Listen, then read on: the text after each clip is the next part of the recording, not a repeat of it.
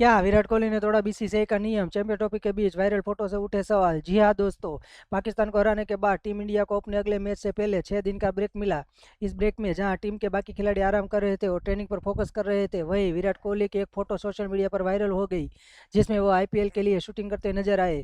यह तस्वीर सामने आने के बाद कुछ लोगों ने सवाल उठाया कि क्या विराट कोहली ने बीसीसीआई के नियम का उल्लंघन किया है। दरअसल बीसीसीआई ने खिलाड़ियों के लिए एक गाइडलाइन जारी की थी, जिसके मुताबिक किसी भी टूर्नामेंट या सीरीज के दौरान खिलाड़ी निजी फोटोशूट या कॉमर्शियल शूटिंग नहीं कर सकते। लेकिन क्या विराट सच में नियम तोड़ रहे थे? हकीकत यह है कि आईपीएल खुद बीसीसीआई का टूर्नामेंट है और यह शूटिंग किसी व्यक्तिगत प्रमोशन के लिए नहीं, बल्कि आईपीएल के आधिकारिक ब्रॉडकास्टर के लिए थी। इसलिए इसे निजी या कॉमर्शियल शूटिंग नहीं माना जा सकता।